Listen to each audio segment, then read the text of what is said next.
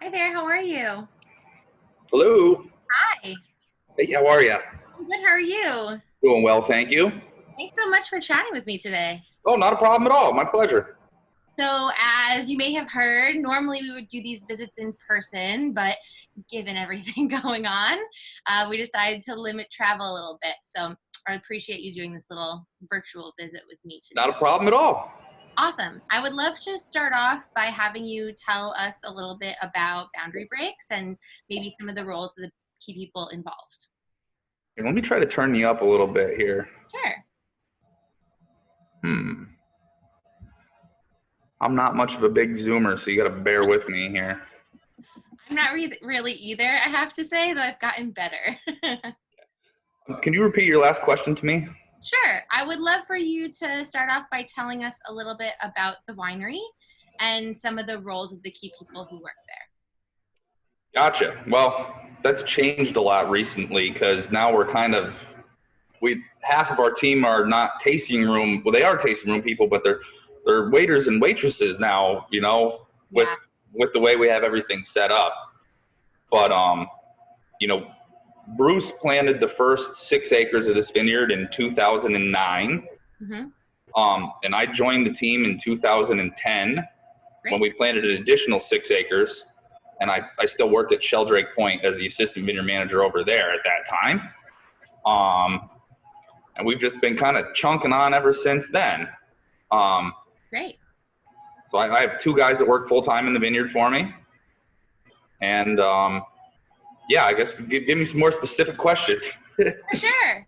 Um, can you tell me a little bit about like the mission or the philosophy behind Boundary Breaks? Why did Bruce decide to start this winery? Right, right. So he's originally from Syracuse, Mm-hmm. and he was in other careers in the city, and he wanted to move back up towards this region.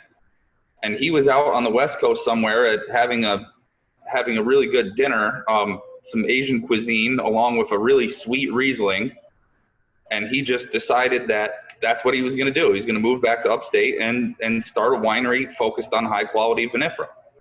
Awesome. So everything that we do in our vineyard, um, we go pretty heavy on just trying to take care of everything and keep it immaculate to just make the finest wine possible.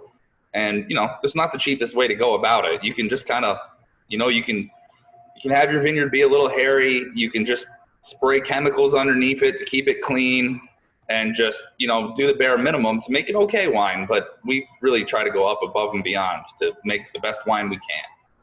Fantastic. Yeah, tell me a little bit more about some of the techniques that you use to really promote really, really good quality fruit in the vineyard. Gotcha. First of all, we do most of the pruning ourselves. I prune all winter. My guys prune all winter. My one guy, he's worked for me for 10 years, so he's very good at pruning. He does everything exactly how I want. So, the first step is to get the proper canes for the next year. Right. You want them in the right spot. You want the right size canes. It's a lot more complicated than one thinks when it comes to just prune a vine. Mm-hmm. Yes, you can hack it back and it will grow, but if you do it correctly, you're starting off on the right foot, Right. And then we tie most of our own vines ourselves too. Of course, we have some help that's really good, but you got to start with your pruning and tying correctly. And we do shoot thinning. So if there's too many shoots, it's going to be congested. You just got to knock them off when they're little or when they get a little bigger. Shoot positioning, very, very important. We use Scott Henry on our older vines, which means there's two canes that are going down, two canes that are going up. There's a little space in between there for aeration. Things can dry out. The sunlight can pass through. Leaf pulling, very common practice up here nowadays. It used to be not. You wouldn't see people pulling their leaves. Now, most people pull their leaves. Very important to have the sun exposure onto the fruit. And then once again, if there's a precipitation, a moisture event, it dries out so much quicker when it doesn't have all the leaves covering it. Mm-hmm. We do mostly mechanical weed control here. Mm-hmm. We'll do one herbicide strip early in the spring while the vines are still dormant, just to buy us a little bit of time. The weeds they can grow so quick in the spring, and you kind of want to knock the seed population down right off the bat. With that being said, I've experimented with how low I can go with a glyphosate application. So we're applying 1.5% glyphosate, which is really small amount, but that buys us enough time. I don't like Roundup. I don't want to hurt my microbiome in my soil, but you do have to keep a schedule of 40 acres. We do one pass with that. And then, all this other stuff that I've said, I didn't mention the hedging. Hedging, you kind of just have to hedge so that your vines, your internodal spacing, meaning the distance between the nodes on the canes that you're going to tie down the next year. As soon as you hedge, that cane stops growing long and it will just start growing lateral growth. So you can stop it wherever you want it to at certain size and diameter. But with all this being said, we do all this stuff and then we can kind of cut down on how many fungicides we spray. Right. Which is inevitable up here. I mean, everybody's trying the bio-intensive stuff, which is great. I wish Cornell would spearhead it a little bit more. They kind of don't like that topic. I mean, they like the topic, but they're not really doing too much work on it. And they're great. We work with them in many aspects of farming, but I'd like to see them kind of push the envelope on that and not let the guy who's risking his crop pay for it, Right. Definitely. So, but where are your vineyards located in regards to the Finger Lakes? Like where in the region?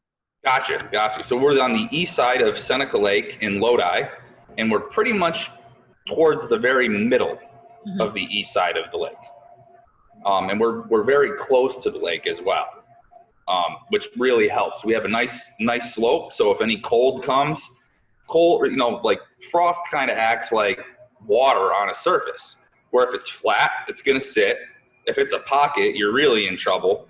And if you have a nice grade, it's just going to roll down. With that being said, too, the wind is normally blowing northwest here. So it's usually blowing right over the lake towards us. So if we have a really cold day, that warm lake air is really going to benefit us. Right. Here, you can probably take a little view out there. Wish I was there now. Oh, beautiful. Yeah. You can see people enjoying themselves out there in the vineyard, and then the lake's right there. So we're nice and close. Excellent. I'll tell you full disclosure. I did know the answer to that question because I visited you once, but I had to get it down for official purposes. Understood. Awesome. How would you describe the winemaking style and like the style of the wines at Boundary Breaks? Well, one of our goals is really to show the versatility of the Riesling grape.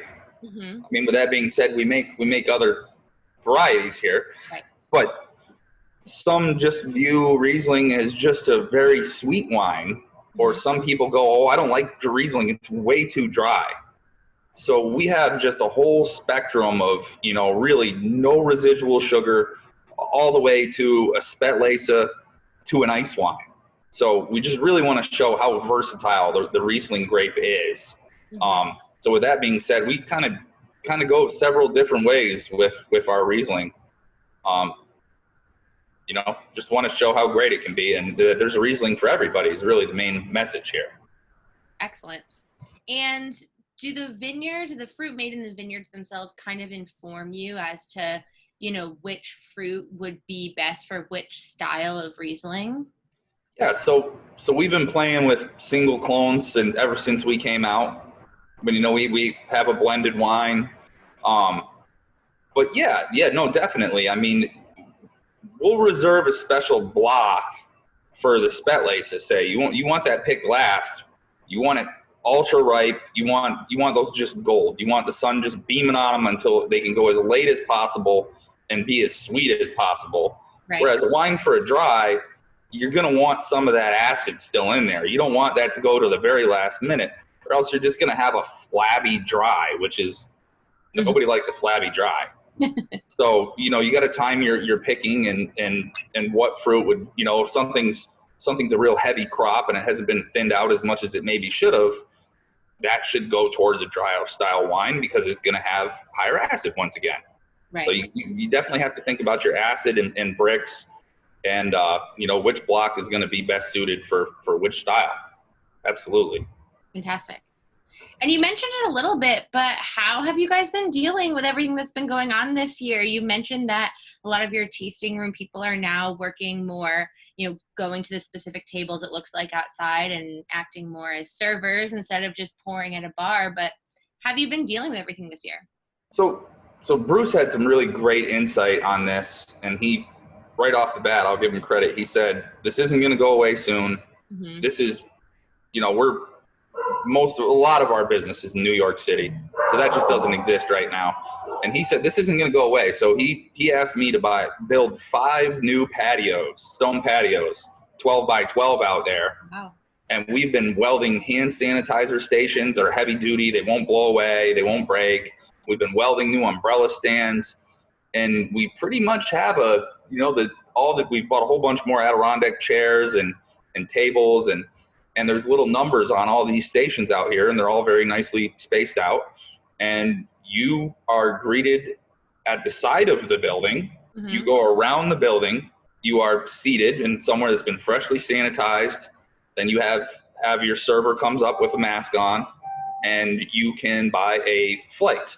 And you can choose which flight you'd like. And, you give the server your card, and you got your own little ticket, just kind of like you're going out to dinner.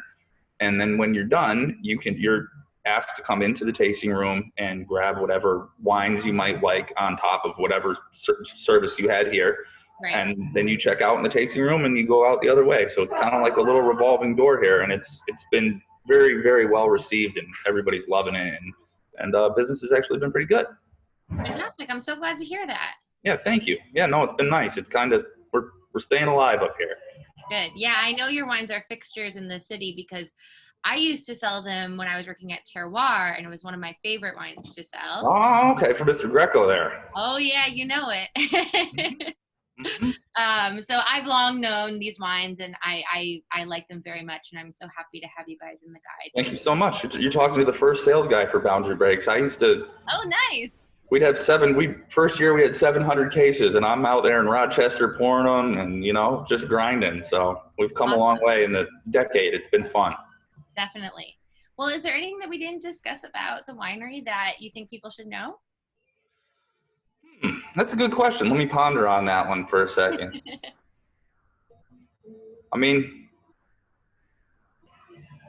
Really, we're just aiming to make the best wine we can and just showcase the versatility of the Riesling grape in all its glory, and also focus on some of the other nice things that the Finger Lakes has to offer.